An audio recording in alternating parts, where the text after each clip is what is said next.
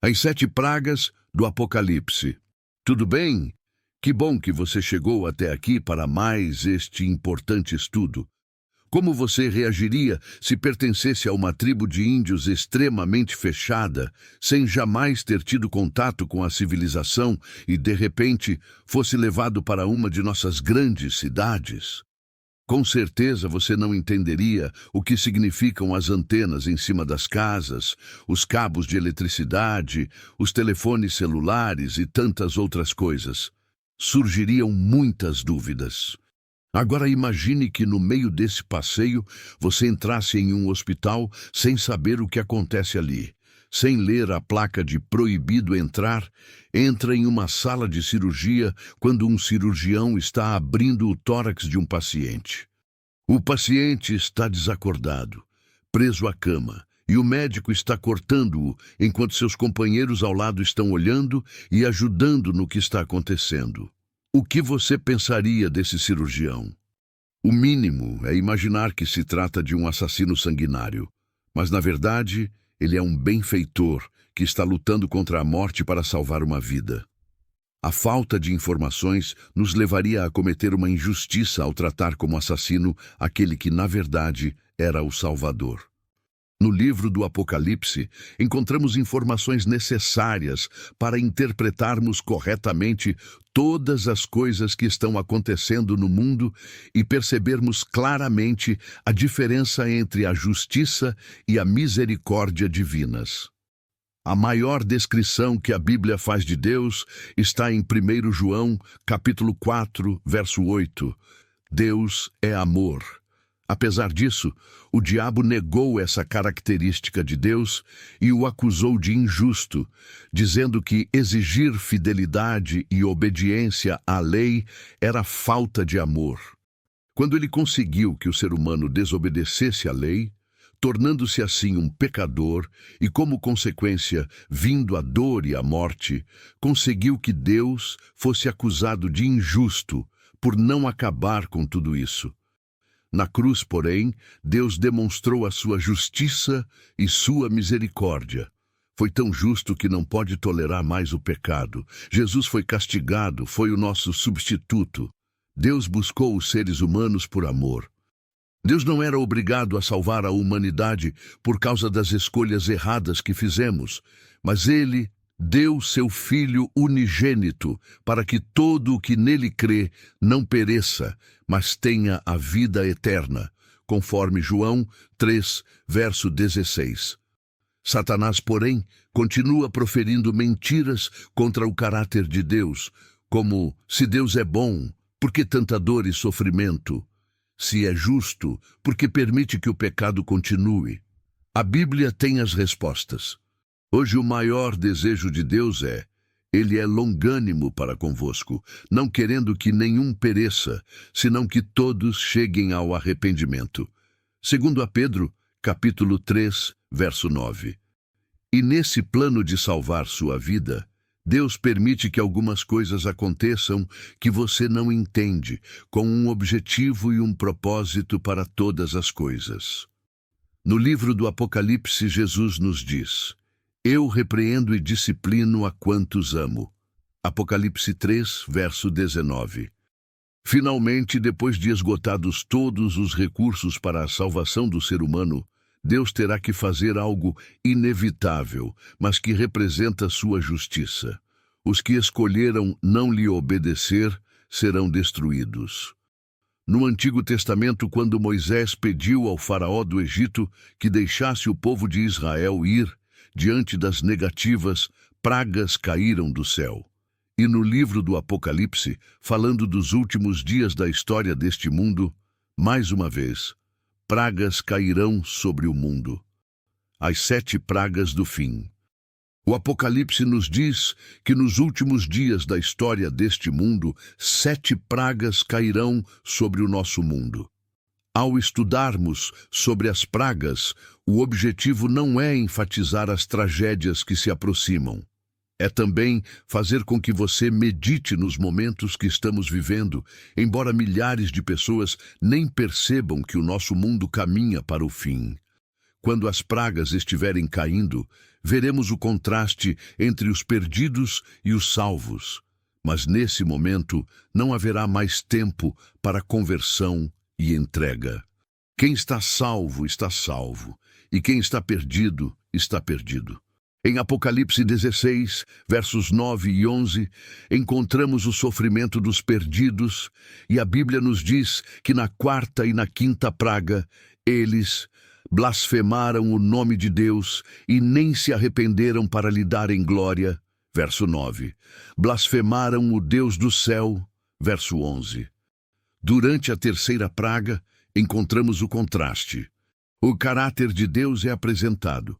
Tu és justo, tu que és e que eras o santo, pois julgaste estas coisas, porquanto derramaram sangue de santos e profetas, também sangue lhes tens dado a beber. São dignos disso.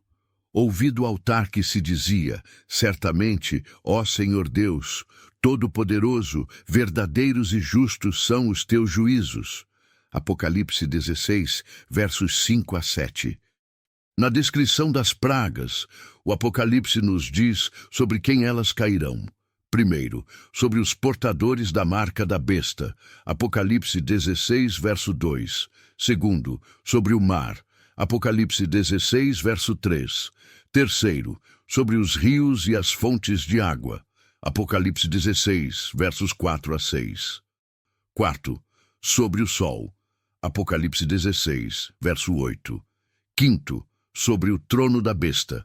Apocalipse 16, verso 10. Sexto, sobre o rio Eufrates. Apocalipse 16, verso 12. Sétimo, sobre Babilônia. Apocalipse 16, versos 19 e 21. As pragas expressam a ira santa de Deus contra aqueles que não aceitaram a Jesus como Senhor e Salvador de suas vidas. Em cada uma das pragas, Deus está nos alertando sobre os perigos do pecado e da necessidade que temos de começar a viver de acordo com a vontade dele. Na primeira praga, úlceras malignas e perniciosas cairão sobre o corpo dos adoradores da besta e da sua imagem. Apocalipse 16, verso 2. A segunda praga é a transformação do mar em sangue como de morto. Apocalipse 16, verso 3. Na terceira praga, os rios e as fontes das águas se transformam em sangue. Apocalipse 16, versos 4 a 7. A quarta praga cai sobre o sol. Os homens são queimados com um forte calor. Apocalipse 16, versos 8 e 9. A quinta praga vai para o trono da besta, que se torna em trevas. Apocalipse 16, versos 10 e 11. Na sexta praga, o rio Eufrates seca, e acontece a união dos três grandes poderes da terra, o dragão, a besta e o falso profeta com os reis do mundo inteiro, para a batalha final contra o povo de Deus. Apocalipse 16, versos 12 a 16. Na sétima praga, sairá uma grande voz do santuário do lado do trono, dizendo: Está feito. Um terremoto mundial acontece e chovem pedras, cada uma pesando 35 quilos. Ocorre a volta de Jesus. Nem todos serão atingidos. Essas pragas cairão sucessivamente e seus efeitos serão sentidos de verdade e por um tempo. Mas nem todos sofrerão. É possível escapar das pragas e o Apocalipse nos diz quem são. Os vencedores da besta, da sua imagem e do número do seu nome. Apocalipse 15, verso 2. Os salvos em Cristo Jesus, que aceitaram o selo de Deus e recusaram a marca do anticristo, não serão castigados com as 7 últimas pragas. Nesse momento, os salvos louvarão a Deus por seu livramento. Deus é justo e protegerá todos os que aceitam a sua maravilhosa graça, um favor imerecido que ele nos concede com amor. O tempo é curto e estamos muito próximos dos eventos finais. Este é o momento de aceitar o selo divino que nos protegerá. Hoje é o dia de buscar a salvação por meio das escolhas que você pode fazer. Sem a graça de Deus, as pragas recairiam sobre cada ser humano, pois, pelos nossos pecados, merecemos a destruição. lago de fogo, castigo necessário. Antes de as pragas começarem a cair, ao terminar o juízo no santuário celestial, Jesus fará um anúncio demonstrando que a porta da salvação se fechará, e com isso não haverá mais acesso ao trono de graça. Acompanhe o que está escrito em Apocalipse 22, versos 11 e 12. Continue o injusto fazendo injustiça, continue o imundo ainda sendo imundo. O justo continue na prática da justiça, e o santo continue a santificar-se. E eis que venho sem demora, e comigo está o galardão que tenho para retribuir a cada um segundo as suas obras. Os 1000 anos do Apocalipse estão diretamente relacionados a um tempo de libertação e castigo. Gostamos da notícia de libertação e da recompensa que o Senhor trará, mas muitos não gostam de ouvir que o Senhor castigará. Para muitos, o fato de Deus ser amoroso e perdoador acaba abrindo espaço para a ideia de que podem fazer o que quiserem, acreditando que no final Deus virá e salvará a todos. Não se engane, a Bíblia não diz nada parecido com isso. No livro do Apocalipse, Jesus usa a expressão lago de fogo 15 vezes para nos ensinar que a condenação é uma parte necessária do plano da salvação, visando erradicar o pecado e preparar um lugar seguro para os salvos. Como já estudamos, após os 1000 anos em que os salvos estarão no céu, ocorrerá a ressurreição dos que não foram salvos. Com isso, acaba a prisão de Satanás, que reunirá todos para tentar invadir a nova Jerusalém, que descerá dos céus com todos os salvos.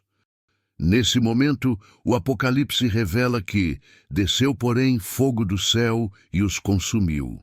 Apocalipse 20, verso 9. E por último, acontecerá a destruição final do diabo, o pai do pecado.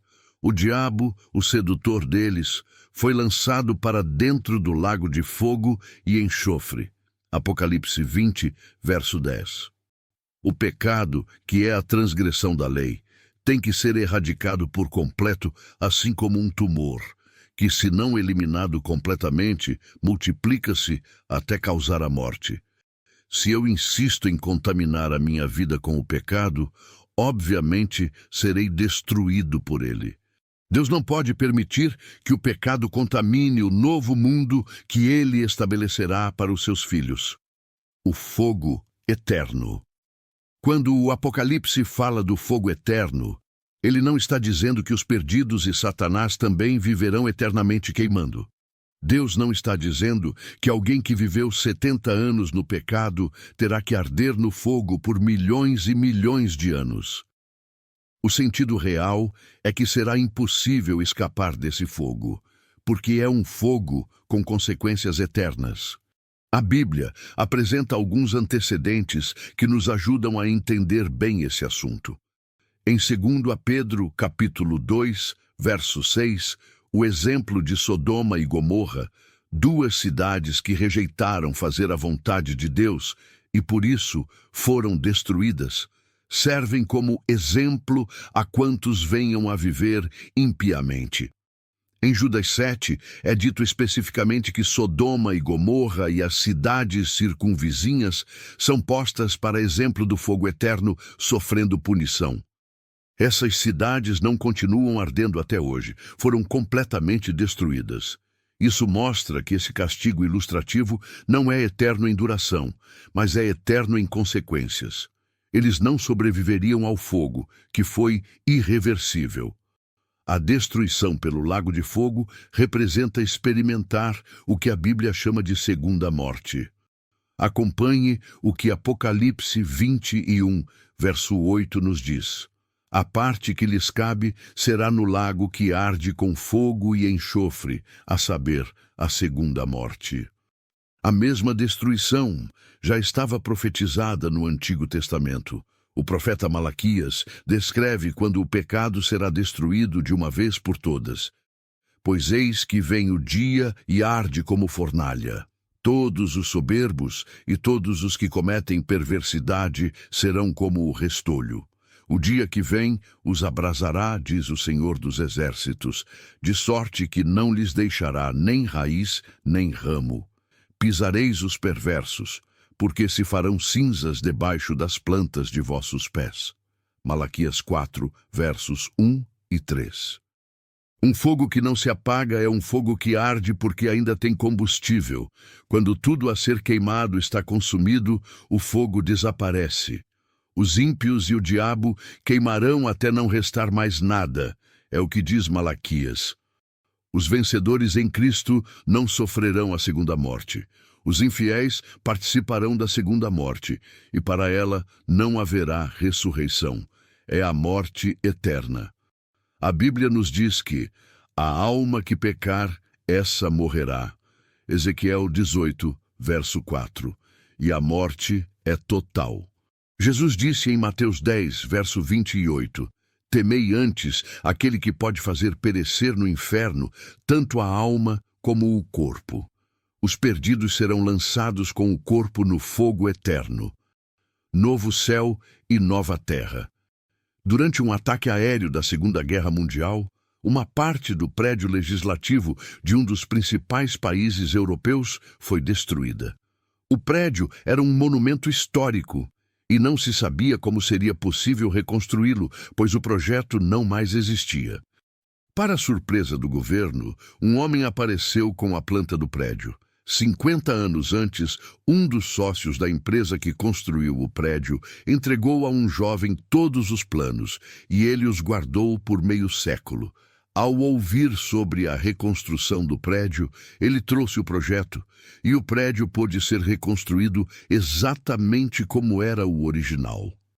O mesmo ocorrerá com a terra, quando Satanás e todos os seus seguidores forem destruídos ao final dos 1000 anos. O Senhor executará o plano original da criação, colocando seu povo de volta no jardim do Éden.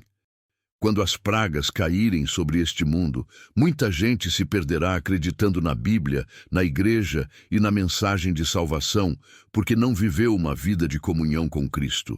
Acreditar é bom, mas não basta. Conhecer a doutrina é preciso, mas não é o suficiente. O grande dia está chegando. Os céus e a terra serão estremecidos. As águas do mar não mais serão contidas nos oceanos. Naquele dia, haverá apenas 2 grupos.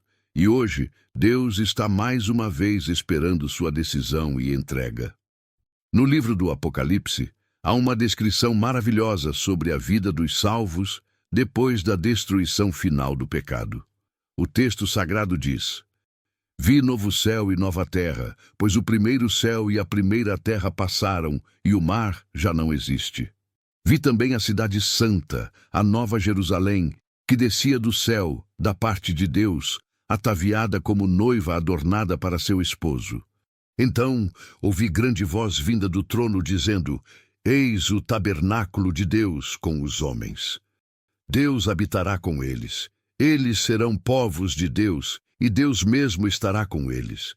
E lhes enxugará dos olhos toda lágrima, e a morte já não existirá. Já não haverá luto, nem pranto, nem dor, porque as primeiras coisas passaram. Apocalipse 21, versos 1 a 4. Hoje, Jesus está convidando você para estar com Ele nesta vida perfeita e eterna.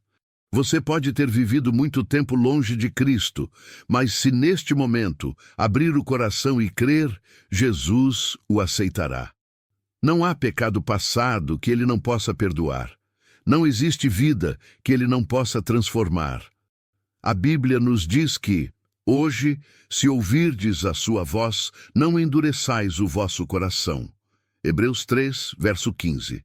Deus está lhe esperando. Falta você. Vamos orar. Senhor, muito obrigado porque diante de tantas pragas que cairão sobre este mundo, Tu ofereces proteção e salvação a todos os que Te aceitam. Neste momento, quero entregar a vida de cada filho Teu que está orando comigo. Aceita este coração arrependido que quer viver a eternidade ao Teu lado. Senhor, toca mais uma vez cada coração.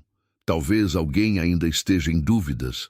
Abre os olhos e os ouvidos de cada pessoa para entender o teu amor e a necessidade urgente da salvação. Em nome de Jesus. Amém.